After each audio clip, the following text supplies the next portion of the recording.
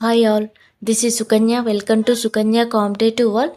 ఈరోజు మనం ఈ వీడియోలో భారతదేశ పారిశ్రామిక రంగం సేవా రంగానికి సంబంధించి 2024 ఎకనామిక్ సర్వే ఆధారంగా వృద్ధి ధోరణులు ఎలా ఉన్నాయి, మనకి జాతీయ ఆదాయంలో పారిశ్రామిక రంగం సేవా రంగం వాటా ఎలా ఉంది, ఏ రంగం ఎక్కువ అభివృద్ధి చెందింది, ఇందులో గల ఉపరంగాల వాటా ఎంత, మళ్ళీ పారిశ్రామిక రంగానికి సంబంధించి మనం ఏ విషయాల్ని చదవాలి, ఇందులో మనం స్టాటిక్ ఇన్ఫర్మేషన్ చదవాల్సి ఉంటుంది.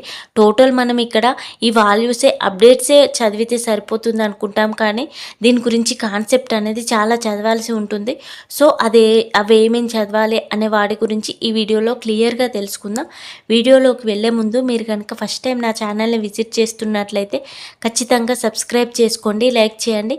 మీరు లైక్ చేయడం వల్ల ఈ వీడియో ఎక్కువ మందికి రీచ్ అవుతుంది, నాకు ఎంకరేజ్మెంటింగ్గా ఉంటుంది. టీఎస్పీఎస్సీ గ్రూప్ 2-3కి సంబంధించి మనకి సిలబస్ చూస్తే ఫస్ట్ మనం ఏ టాపిక్ చదివినా సిలబస్ అనేది చాలా ఇంపార్టెంట్. సో ఇందులో మనం ఏది చదవాలి, ఏది వదిలేయాలి అనేది సిలబస్ పేపర్ చూస్తూ మనం చదువుకోవాలి. ఫస్ట్ వచ్చేసి మనకి పరిశ్రమ సేవా రంగాలకు సంబంధించి పరిశ్రమల వృద్ధి మరియు నిర్మాణం, వీటి నిర్మాణం ఎలా ఉంది, ఇప్పుడు ఎకనామిక్ సర్వే ప్రకారం వృద్ధి ధోరణులు ఎలా ఉన్నాయి, జాతీయ ఆదాయానికి ఇవి ఇస్తున్న సహకారం ఏంటి, ఎంత శాతం జాతీయ ఆదాయంలో వాటాని కలిగి ఉన్నాయి అనే వాటి గురించి ఇప్పుడు సోషియో ఎకనామిక్ అవుట్లుక్ ఆధారంగా మనం దీనికి ప్రిపేర్ అవ్వాలి. నెక్స్ట్ పారిశ్రామిక విధానాలు ఉన్నాయి కదా, పాలసీస్. ఆల్రెడీ నేను వీడియో చేశాను పారిశ్రామిక తీర్మానాలకు సంబంధించి, ఆ వీడియో చూడండి. నెక్స్ట్ భారీ పరిశ్రమలకు సంబంధించి మనకి పరిశ్రమలకు సంబంధించి టోటల్ చదువుకోవాలి. ఎంఎస్ఎంఈ సెక్టార్ అనేది చాలా ఇంపార్టెంట్. ఇందులో నుండి ప్రీవియస్లో క్వశ్చన్స్ వచ్చాయి.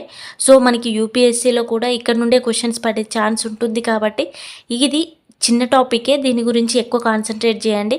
నెక్స్ట్ పారిశ్రామిక విత్తం గురించి చదవండి. ఇక్కడ మనకి కొన్ని సంస్థలు ఉండడం జరుగుతుంది పారిశ్రామిక విత్తానికి సంబంధించి, దాని గురించి చదవండి. వీలైతే వీటిని సబ్ టాపిక్స్గా డివైడ్ చేసి నేను ఒక్కో టాపిక్కి వీడియో చేయడానికి ట్రై చేస్తాను.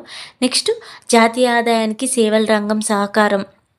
సేవల రంగం ప్రాముఖ్యత ఏంటి అంటే, ఇప్పుడు మనకి ఈ సంవత్సరం వృద్ధి ధోరణులు ఎలా ఉన్నాయి, ఉపరంగాలు ఏమేమి ఉన్నాయి, ఎంత వాటాని కలిగి ఉన్నాయి అనే వాటి గురించి.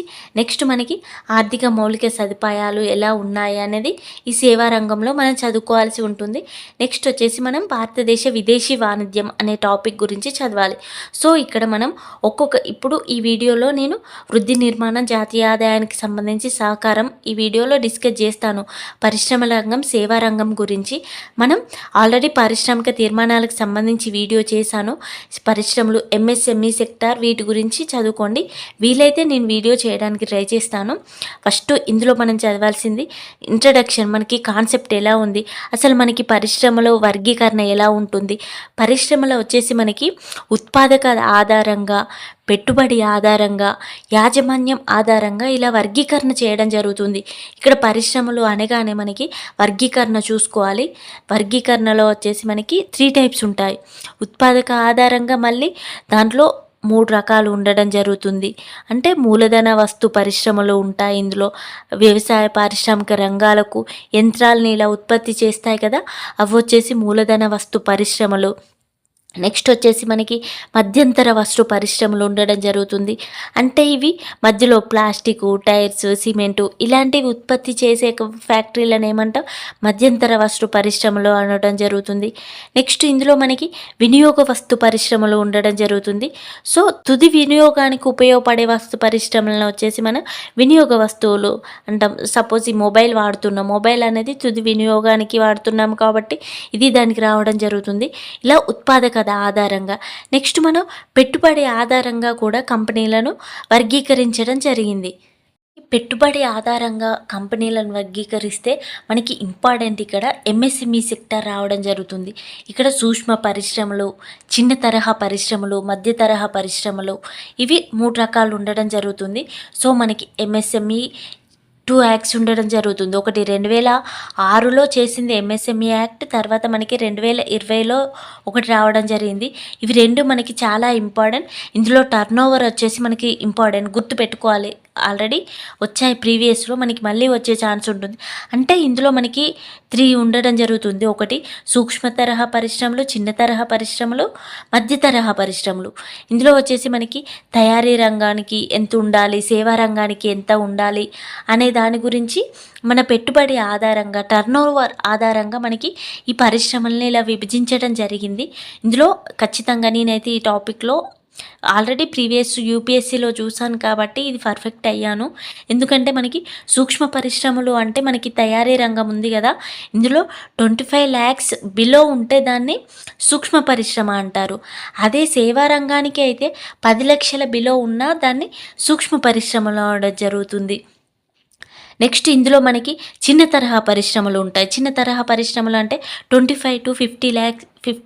25 lakhs to 5 crores ఉంటే దాన్ని చిన్న తరహా పరిశ్రమలు అనడం జరుగుతుంది. ఇక్కడ మనకి సేవా రంగానికి వచ్చేస్తే 10 lakhs to 2 crores వరకు పెట్టుబడి అవి ఉంటే మనకి చిన్న తరహా పరిశ్రమలు అనడం జరుగుతుంది. మధ్య తరహా వచ్చేసి 5 to 10 crores. అదే సేవా రంగానికి వచ్చేసి 2 crores to 5 crores. ఇలా ఇవి మనం నేర్చుకోవాలి. ఎందుకంటే ఇక్కడ నుండి ఇంత బడ్జెట్ మనకి ఇంత ఇచ్చేసి అది ఏ రంగానికి కిందికి వస్తుంది అని అడిగే ఛాన్స్ ఉంటుంది కాబట్టి నేనైతే నేర్చుకున్నాను. ఆల్రెడీ ప్రీవియస్ చూసా కాబట్టి సో గుర్తుపెట్టుకోవాలి. అది మనకి ఖచ్చితంగా ఇంపార్టెంట్ అని చెప్పవచ్చు. మనకి 2020 ఎంఎస్ఎంఈ అనేది చాలా ఇంపార్టెంట్. ఇది మనకి పెట్టుబడి టర్నోవర్ వివరాల ఆధారంగా రావడం జరిగింది. ఇందులో 3 సెక్టార్స్ ఉంటాయి కదా, సూక్ష్మ, చిన్న తరహా, మధ్య తరహా. సూక్ష్మ అయితే మనకి 1 crore పెట్టుబడి పెడితే 5 crores టర్నోవర్ రావాలి. అలాంటి దాన్ని సూక్ష్మ పరిశ్రమలు అంటారు. చిన్న తరహా అయితే 1 to 10 crores పెట్టుబడి పెడితే 5 to 50 crores. అంటే ఇక్కడ మనం 1 crore పెడితే దీనికి 5 times టర్నోవర్ రావాలి.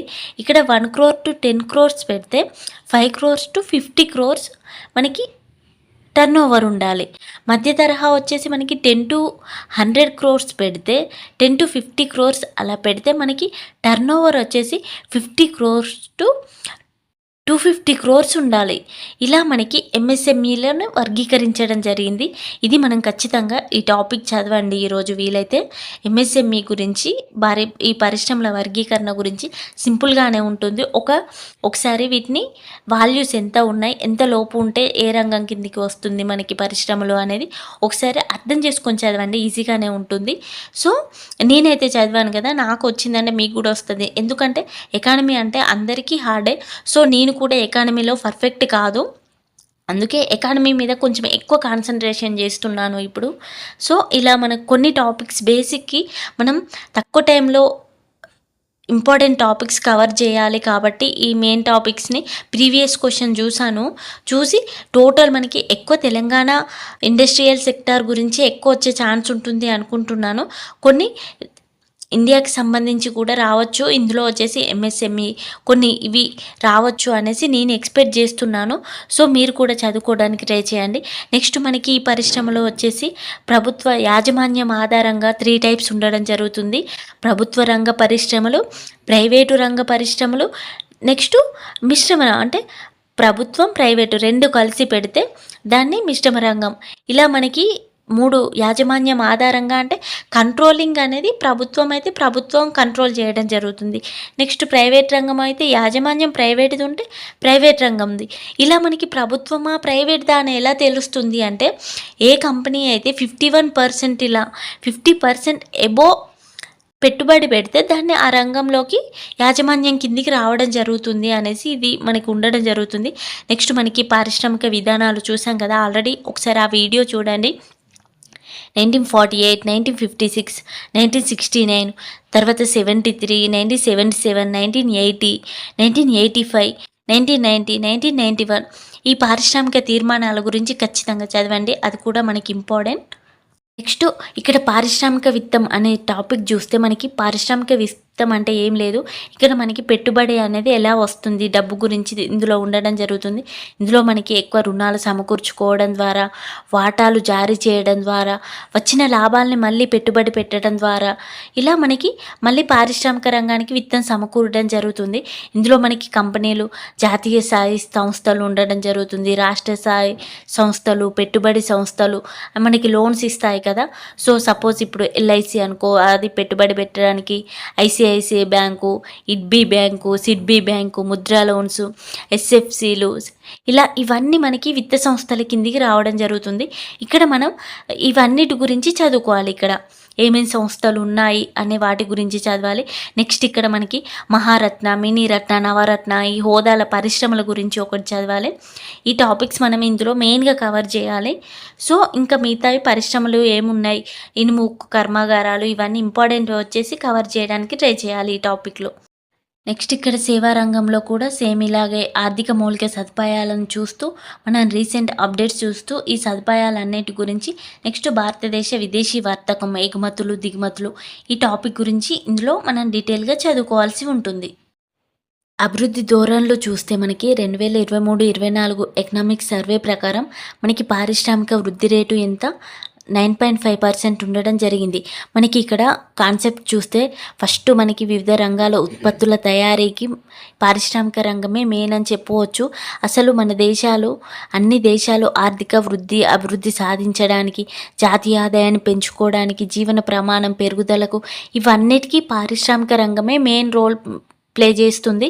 సో ఇక్కడ మనకి ఇది ప్రజల ఉత్పాదక సామర్థ్యాన్ని పెంచడం జరుగుతుంది, ఉపాధి అవకాశాలను పెంచడం జరుగుతుంది, ప్రజలు ఇంకా ఎక్కువ వస్తు సేవలను ఉత్పత్తి చేయడానికి, మంచి ఆరోగ్యాన్ని, జీవన ప్రమాణాన్ని పెంచుకోవడానికి, ఎగుమతులు చేయడానికి, దిగుమతులని తగ్గించుకోవడానికి, ఇలా మనకి మెయిన్గా పారిశ్రామిక రంగమే ఎక్కువ అభివృద్ధికి దోహదం చేయడం జరుగుతుంది. మనకి పారిశ్రామిక వృద్ధి లేకుండా ఇతర రంగాలు వృద్ధి చేయడం అనేది సాధ్యపడదు అని తెలపడం జరుగుతుంది ఇందులో.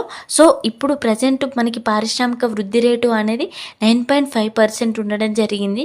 ఈ పారిశ్రామిక వృద్ధి రేటు అనేది మనం గత సంవత్సరం నుండి చూస్తే ఎంత శాతం వృద్ధి ధోరణులు ఎలా ఉన్నాయి మనకి అని చూస్తే, ఆల్మోస్ట్ 2017-18 నుంచి చూస్తే పారిశ్రామిక వృద్ధి అనేది ఒడిదుడుకుల లోనవుతూనే ఉంది. అంటే పెరగడం తగ్గడం, స్థిరమైన పెరుగుదల లేదు, స్థిరమైన తగ్గుదల లేదు. ఇక్కడ మెయిన్లీ మన కరోనా టైంలో అయితే డౌన్ అవ్వడం జరిగింది, మైనస్లోకి వెళ్ళి తర్వాత ఒకటేసారి గ్రోత్ ఇక్కడ 12కి వెళ్ళడం జరిగింది. దీన్ని మనం వి ఆకారపు వృద్ధి రేటు అనడం జరుగుతుంది. సో మనకి ఇక్కడ వి ఆకారపు 2021-22 ఇయర్ అనేది మనకి వి ఆకారపు వృద్ధి రేటును సూచిస్తుంది అనేది గుర్తుపెట్టుకోవచ్చు. అంటే ఒకటేసారి మైనస్లోకి పడిపోయి మళ్ళీ ఒకటేసారి అభివృద్ధిలోకి వెళ్ళింది కాబట్టి దీన్ని తర్వాత మళ్ళీ డౌన్ అవ్వడం జరిగింది. ప్రజెంట్ అయితే 9.50 వృద్ధి రేటుతో పారిశ్రామిక రంగం ఇది స్థిర ధరల వద్ద మనకి 9.50 వృద్ధి రేటును కలిగి ఉంది. సో ఇక్కడ మనకి గుర్తుపెట్టుకోవాల్సింది, పారిశ్రామిక రంగం ఎక్కడ స్థిరమైన పెరుగుదల లేదు, స్థిరమైన తగ్గుదల లేదు. ఇది అనేక ఒడిదుడుకుల్లో క్లోన్ అవుతూనే ఉంది. ఇక్కడ మనకి కరోనా టైంలో అయితే 2019-20 రెండుసార్లు నెగిటివ్ గ్రోత్లోకి పడిపోవడం జరిగింది, మళ్ళీ ఒకేసారి పాజిటివ్ గ్రోత్ రావడం జరిగింది. దీన్నే మనం వి ఆకారపు వృద్ధి రేటు అనడం జరుగుతుంది. సో ఇది మనం గుర్తుపెట్టుకోవాలి. ప్రజెంట్ ఇయర్ గ్రోత్ రేట్ వచ్చేసి మనకి 9.50. నెక్స్ట్ వచ్చేసి జాతీయ ఆదాయంలో పారిశ్రామిక రంగం వాటా చూస్తే స్థిర ధరల వద్ద మనకి 2019 నుండి 20 ఇక్కడ 29.6% వాటాని కలిగి ఉండడం జరిగింది టోటల్ జీడిపిలో. మళ్ళీ 2021లో వచ్చేసి 30.8%, తర్వాత 21-22లో వచ్చేసి 31.6%, 2022-23లో 30.2%, ప్రజెంట్ 23-24కి సంబంధించి 30.9% వాటాని కలిగి ఉండడం జరిగింది. ఇది మనం మెయిన్గా గుర్తుపెట్టుకోవాలి. మనకి పారిశ్రామిక రంగం వాటా అనేది 19 నుండి 22 వరకు పెరగడం జరిగింది, తర్వాత మళ్ళీ తగ్గింది, తర్వాత కొంత పెరగడం జరిగింది, స్వల్పంగా పెరగడం జరిగింది. సో ఒక రకంగా చెప్పాలంటే స్థిరమైన పెరుగుదల లేదు, ఎంతో కొంత ఒడిదుడుకులకు లోనవుతూనే ఉంది అని మనం చెప్పవచ్చు. అంటే స్థిరమైన పెరుగుదల లేదు, స్థిరమైన తరుగుదల లేదు. ఒకవేళ ఉన్నా కూడా ఇక్కడ స్వల్పంగా ఉండడం జరుగుతుంది. కాబట్టి ఇది మనం కాన్సెప్చువల్గా గుర్తుపెట్టుకోవాలి.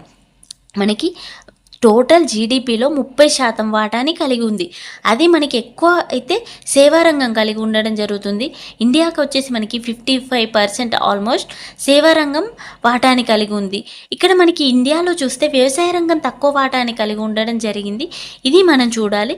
నెక్స్ట్ మనకి పారిశ్రామిక రంగంలో ఉండే ఉపరంగాలు ఏంటి, అవి ఎంత వాటాని కలిగి ఉన్నాయి అనే దాని గురించి చూద్దాం.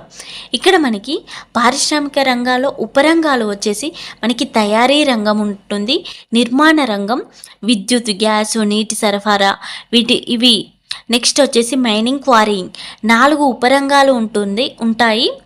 ఈ 4 ఉపరంగాలు వచ్చేసి ఎంత వాటాని ఆక్రమించాయని చూస్తే మెయిన్గా తయారీ రంగం అనేది మనకి 17.3% వాటాని ఆక్రమించడం జరిగింది. టోటల్ మనకి 30% కదా, ఇక్కడ టోటల్ 30.9%లో మనకి ఓన్లీ తయారీ రంగమే 17.3% వాటాని కలిగి ఉంది.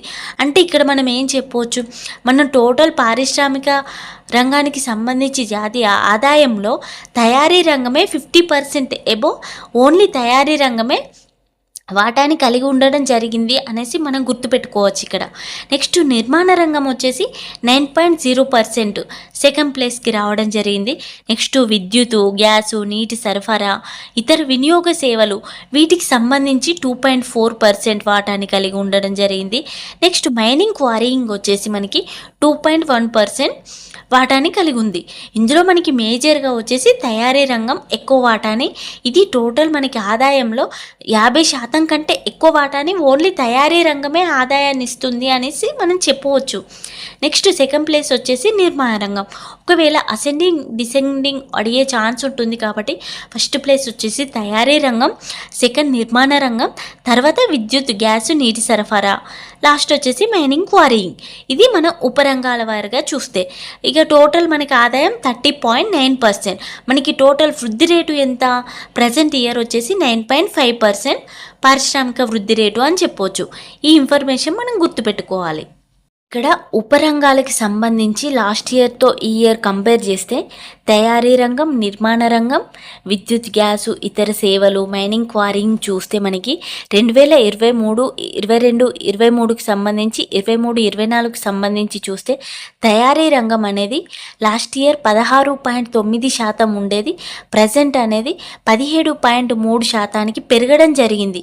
ఇక్కడ తయారీ రంగం అనేది ఎక్కువ వాటాని కలిగిస్తూ మనకి లాస్ట్ ఇయర్తో కంపేర్ చేస్తే ఈ ఇయర్ పెరగడం జరిగింది. నెక్స్ట్ నిర్మాణ రంగం కూడా లాస్ట్ ఇయర్తో పోలిస్తే ఈ ఇయర్ మనకి పెరగడం జరిగింది, స్వల్పంగా 8.8 నుండి 9.0కి పెరగడం జరిగింది. నెక్స్ట్ విద్యుత్, గ్యాస్ వచ్చేసి స్థిరంగా ఉంది. మైనింగ్, క్వారీయింగ్ వచ్చేసి ఇది కూడా స్థిరంగా ఉండడం జరిగింది. ఫస్ట్ ఇక్కడ గుర్తుపెట్టుకోవాల్సింది తయారీ రంగం వృద్ధి రేటును లాస్ట్ ఇయర్తో కంపేర్ చేస్తే ఈ ఇయర్ గ్రోత్ రేట్ను చూపిస్తుంది. నిర్మాణ రంగం కూడా కొంత స్వల్పంగా పెరగడం జరిగింది. అసలు మనకి ఈ పారిశ్రామిక వృద్ధి మనకి ఎందుకు తగ్గుతుంది, ఎందుకు పెరుగుతుంది అని చూస్తే మనకి ఇక్కడ మెయిన్గా 2023లో రష్యా ఉక్రెయిన్ వార్ వచ్చింది కదా, దాని ద్వారా మనకి ధరలు పెరగడం, మనం ఏది ఎగుమతి చేయాలన్నా దిగుమతి చేయాలన్నా చాలా మనకి ధరలలో వ్యత్యాసాలు రావడం వల్ల మనకి పారిశ్రామిక వృద్ధి రేట్లో ఇలా ఒడిదుడుకులు రావడం జరిగింది. సో ఇది చూడాలి. మనకి ఇంకా పారిశ్రామిక వృద్ధి రేటు గురించి మనకి PMI అని ఉండడం జరుగుతుంది. ఇది పర్చేసింగ్ మేనేజర్ ఇండెక్స్ అని ఉండడం జరుగుతుంది. అంటే ఇది మనకి పారిశ్రామిక రంగం అండ్ సేవా రంగం యొక్క పనితీరును కొలుస్తుంది. ఇది ఆల్మోస్ట్ 1 to 100 వరకు రీడింగ్ ఉండడం జరుగుతుంది. ఇందులో మనకి 50 ఎబోవ్ ఉంటే పారిశ్రామిక రంగం విస్తరిస్తుంది అనేది సూచన. ప్రజెంట్ వచ్చేసి మనకి ఈ ఇయర్ మనకి PMI వచ్చేసి 57.5%, 57.5 పాయింట్లు చూపించడం జరుగుతుంది. దీన్ని బట్టి చూస్తే మనకి భారతదేశంలో పరిశ్రమల రంగం అనేది విస్తరిస్తుందని మనకి పిఎంఐ తెలుపుతుంది. ఇది మనం ఒకటి గుర్తుపెట్టుకోవాలి. దీని ప్రకారం ఇది పిఎంఐ అంటే ఏంటి గుర్తుపెట్టుకోవాలి, పర్చేసింగ్ మేనేజర్ ఇండెక్స్. ఇది మనకి సేవా రంగంకి కూడా చూపిస్తుంది. ఇక్కడ సేవా రంగం కూడా మనకి ఆల్మోస్ట్ 67% వరకు పిఎంఐ రీడింగ్ చూపించడం జరిగింది. సేవా రంగంలో కూడా భారతదేశం వృద్ధి సాధిస్తుంది, వ్యవసాయ రంగంలోనే వెనుకబడి ఉంది అనేసి మనం చెప్పవచ్చు. మనం ఇంకో రకంగా చెప్పాలంటే మనకి వ్యవసాయ రంగంలో ఉపాధి ఎక్కువ ఉంటారు, సేవా రంగంలో ఉపాధి తక్కువ ఉంటారు. కాకపోతే సేవా రంగంలోనే ఎక్కువ ఆదాయాన్ని సంపాదించడం జరుగుతుంది. వ్యవసాయ రంగంలో ఉపాధి ఎక్కువ ఉన్నా మనకి ఇక్కడ ఆదాయం అనేది చాలా తక్కువ ఉండడం జరుగుతుంది. అదే సేవా రంగంలో ఉపాధి తక్కువ ఉన్నా ఆదాయం వచ్చేసి ఎక్కువ ఉండడం జరుగుతుంది. ఇది మనం గుర్తుపెట్టుకోవాలి. ఇది మనకి పారిశ్రామిక రంగం గురించి వృద్ధి ధోరణిలో సంబంధించిన ఇన్ఫర్మేషన్. సో ఇక్కడ మనం చదవాల్సింది ఇందాక చెప్పా కదా, ఎంఎస్ఎంఈ సెక్టార్ గురించి టోటల్గా చదవండి, ఇంపార్టెంట్. అది పారిశ్రామిక తీర్మానాలకు సంబంధించి ప్రభుత్వ రంగ సంస్థలు, విత్త సంస్థల గురించి చదవండి. ఇది చదివినాక పర్ఫెక్ట్ అయ్యాక మిగతాది టోటల్గా చదవండి. ఎందుకంటే ఫస్ట్ తెలంగాణ ఎకానమీనే కాన్సన్ట్రేషన్ చేయండి. నాకు ప్రీవియస్ పేపర్ చూసిన వాటిని బట్టి తెలంగాణ ఎకానమీ టోటల్ కంప్లీట్ అయ్యాక ఇండియన్ ఎకానమీలో మెయిన్ వచ్చేసి ఇవి మెయిన్ తక్కువ టైంలో ఎక్కువ చదవడానికి ట్రై చేయండి. ఆల్రెడీ టోటల్గా చదివే వాళ్ళు, టైం ఉన్న వాళ్ళు చదువుతారు, బట్ టైం లేదు నాకు అంత ఫుల్ టైం ఎఫెక్ట్ చేయలేకపోతున్నా అనే వాళ్ళ కోసమే నేను ఇలాంటి సజెషన్స్ ఇస్తున్నాను. సో నాకు ఎక్కువ టైం లేదు, తక్కువ టైంలో ఎక్కువ చదవాలి కాబట్టి నేను మెయిన్ ఇన్ఫర్మేషన్ అనేది చదివి గ్యాదర్ చేసుకోవడానికి ట్రై చేస్తున్నాను. సో ఎవరైతే తక్కువ టైం ఉంది, నేను ఈ టైంలో చదివి ఎక్కువ మార్క్స్ స్కోర్ చేయాలి అనుకునే వాళ్ళు కొంచెం మెయిన్ టాపిక్స్ ఏంటో చూడండి. మెయిన్ టాపిక్స్ మనకి ఎలా తెలుస్తాయంటే ప్రీవియస్ క్వశ్చన్స్ ఒకసారి చూడండి, ఐడియా వస్తుంది మనకి తెలంగాణ నుండి ఎన్ని క్వశ్చన్స్ వస్తున్నాయి, ఇండియా నుండి ఎన్ని క్వశ్చన్స్ వస్తున్నాయి అనేసి ఈ రంగాల వారీగా ఒకసారి చూడండి, ఐడియా వస్తుంది. నెక్స్ట్ వచ్చేసి మనం సేవా రంగం గురించి చూద్దాం. అసలు సేవా రంగం అనేది మనకి ఎలా పనిచేస్తుంది, ఇది ఎక్కువ మనకి సాంకేతిక పరిజ్ఞానంతో కూడుకొని ఉంటుంది. సో జాతీయ ఆదాయంలో కొన్ని దేశాలు అయితే ఎక్కువ ఆదాయాన్ని, శ్రామిక శక్తిని కల్పిస్తున్న దేశాలు కూడా సేవా రంగంలో ఉండడం జరుగుతుంది. మన భారతదేశంలో అయినా తెలంగాణలోనే అయినా ఎక్కువ ఆదాయాన్ని, అధిక వాటాను వచ్చేసి మనకి సేవా రంగమే ఇవ్వడం జరుగుతుంది. ఇది మనం నోటీస్ చేయాలి. మనకి సేవా రంగంలో ఏమేమి ఉంటాయని కూడా చూసుకోవాలి. ఇందులో వచ్చేసి మనకి వ్యాపారం, హోటల్స్, రెస్టారెంట్స్, రవాణా, నిల్వ, సమాచార ప్రసార సాధనాలు అంటే ఏంటి, మనకి రైల్వేలు, రోడ్డు రవాణా, ఇంకా నీటి రవాణా, విమాన రవాణాకు సంబంధించి ఈ సేవలు, వీటి గురించి మనం ఇందులో చదవాల్సి ఉంటుంది. నెక్స్ట్ వచ్చేసి మనకి ఆర్థిక సేవల గురించి, ప్రజా పరిపాలన గురించి, రియల్ ఎస్టేట్ రంగం గురించి టోటల్ ఇక్కడ మనం సేవా రంగంలో చూడాల్సి ఉంటుంది. మనకి ఈ ఇయర్ వచ్చేసి సేవా రంగం వాటాలు చూస్తే సేవల రంగం వృద్ధి ధోరణులు ఎలా ఉన్నాయని చూస్తే 2019-20లో వచ్చేసి 6.43 ఉండడం జరిగింది. 2021లో వచ్చేసి -8.35 ఉండడం జరుగుతుంది. ఇక్కడ మైనస్లోకి వెళ్ళిపోయింది, చాలా తగ్గింది. ఎందుకంటే మనకి కరోనా టైం కదా, ఆ టైంలో మనకి సేవా రంగం డౌన్ అయిపోయింది, మైనస్లోకి వెళ్ళింది. పారిశ్రామిక రంగం మైనస్లోకి వెళ్ళింది, బట్ వ్యవసాయ రంగం మాత్రం మైనస్లోకి వెళ్ళలేదు. ఇది ఒకటి మనం నోటీస్ చేయాలి.